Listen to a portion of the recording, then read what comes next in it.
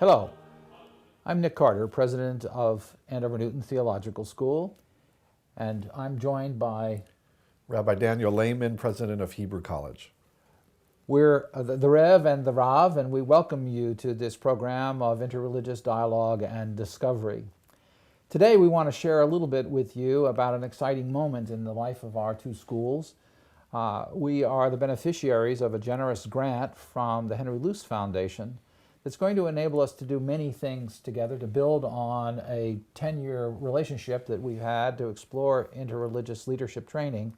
And in particular, one of the features of this grant is that we're going to be able to do something historic. That together this week, Danny and I will be announcing publicly that the two schools are about to appoint a Muslim scholar to join the work of some talented people here who are already at work. And it will expand significantly, we feel, our work in interreligious dialogue and understanding. Danny, tell me a little bit about why you think this is important, and why is it important for Hebrew College that we're about to do this? Well, I think this is a critical moment in American history. The 21st century really beckons us to do this interfaith work with sophistication and dedication. And the international reputation that our two schools have garnered for the interfaith leadership work that we've done on our campuses and between our campuses really requires us to make this expansive move to include the Muslim community front and center in the interfaith leadership development that we're committed to. And so the appointment of a scholar of Islamic studies who is also a community organizer and practitioner, someone who can really help us engage more with the local and the national Muslim community, is a very significant step forward for us in this work, and allows us, I think, to focus our attention on the trialogue, the opportunity to have this a conversation among these great three Abrahamic faiths in ways that up until now we've been limited by the lack of a voice and a presence on our team. Yeah. Now, Danny, we both have received some criticism for the work that we're doing. Both of us have been challenged about the degree to which we're nurturing our students in our own faith tradition. And are we just sort of watering things down, or are we being less faithful in what we do? How do you respond to that criticism when it comes to you? Well, my experience, and I think the experience of our faculty and students, is that the serious study of other religious traditions and the engagement with faithful practitioners of those traditions actually is an important element of one's own self-understanding and development of one's own religious commitment. So it's not just about being tolerant and creating an environment of coexistence or even justice. It's also, in addition to those, about self-discovery. And as an example, bringing in a scholar of Islam from the Jewish perspective actually adds a voice of a tradition that very much focuses on religious law. So for Jews who have that commitment to a whole religious legal tradition, it's often the case that we feel a kind of dichotomy between the Jewish community and the Christian community over this issue of faith versus law, which in many ways is a false dichotomy. But when you add the Islamic perspective, you suddenly have a different dynamic and mix in terms of the issues of the role of law in religious practice and life, and it just creates a more nuance, more sophistication, more subtlety in our engagement with each other. But I am convinced that not only does the world need interreligious understanding and sensibility, but in terms of our own religious lives and the development of our own theological understanding, we need to be in serious conversation and in serious environments of interreligious learning.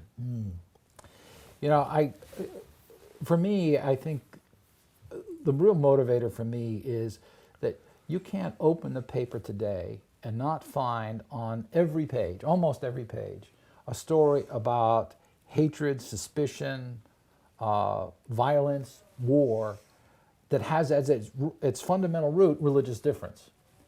And it really begs the question of where's the world going to turn for hope?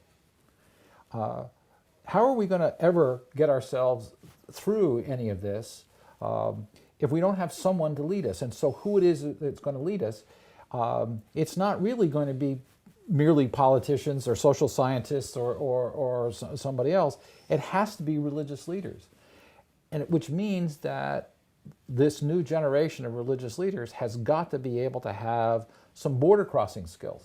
We have to have the ability to live with, work with, build community with people who don't look like us, think like us, talk like us, or worship like us. And I think for Andover Newton, our motivation is we think there's a chance for us to build a laboratory here to figure that out. Not to water down what we believe, and in fact, that's one of the things I think that's so exciting about what we've been able to discover over the last 10 years, is that real growth comes when you concentrate on how you're different and build first on your own identity, and being clear about your own identity is the first step, not making little of who you are. And in fact, I love the fact that our professors and students report back to us that the greatest learning is when we concentrate on the things we disagree about, because then we really start to understand each other more fully and what's behind that. And I think that notion of laboratory is really crucial. What has taken place and what can take place on this hill moving forward, expanding to include the Muslim community in our work, is really going to be at the forefront of what religious life in the United States, as we move more into the 21st century, requires, because we're living in the most diverse religious country in the world in terms of the plethora of religious traditions and communities that are vibrant and are growing. And we need, as you pointed out, to have leadership that not only recognizes that, but can navigate and create a community that celebrates that diversity, understands the difference is critical, that the particularism that characterizes our religious communities needs to be preserved. At the same time, avenues of mutual understanding and engagement, and I would say covenantal criticism, the ability actually to lovingly point out the inconsistencies, the flaws, the mistakes, historic and current.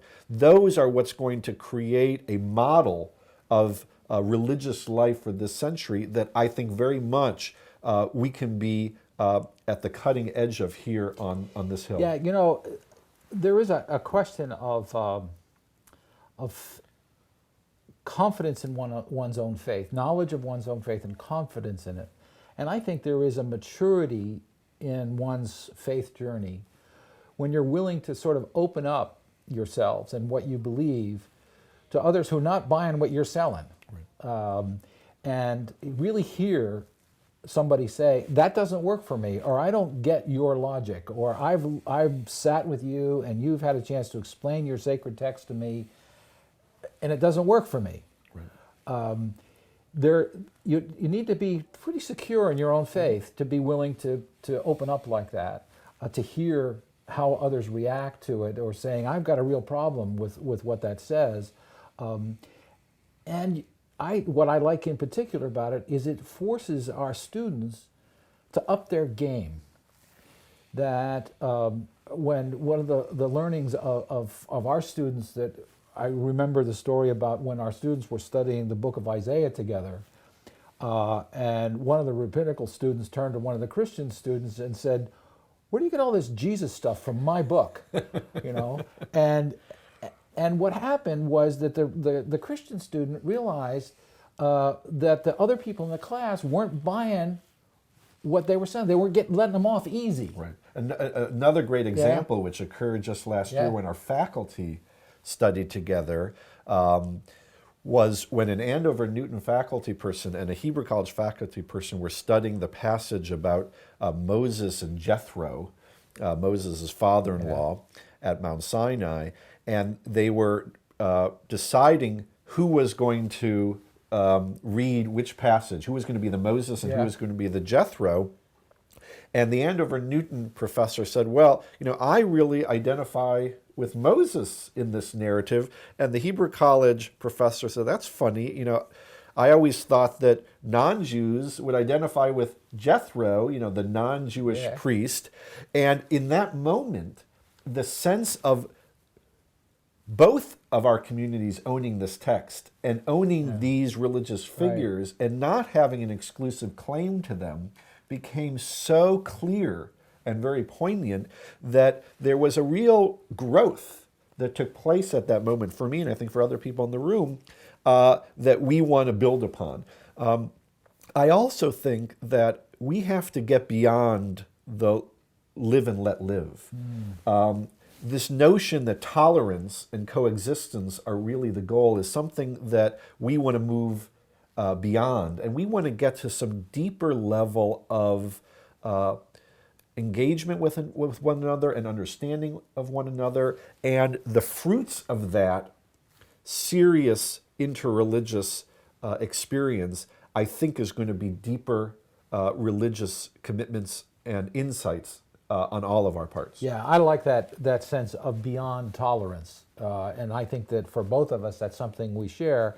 And the exciting moment for us now in announcing the coming of this Muslim scholar is for our to expand that discussion, and for us to do take those same lessons and invite this other significant religious community to join us in this dialogue. And I think it's particularly significant that this Muslim scholar is really an emerging scholar, young, and represents, I think, a new generation of Americans who are committed to a serious faithfulness to Islam, but in the context of pluralistic American society. And she's going to join the two leaders of our interfaith work, one from Hebrew College, one from Andover Newton, who are also young leaders in this field who are really, in many ways, at the forefront of a new interreligious era. Yes. Well, folks, what we'd like to do is invite you to go to the Hebrew College website and the Andover Newton website.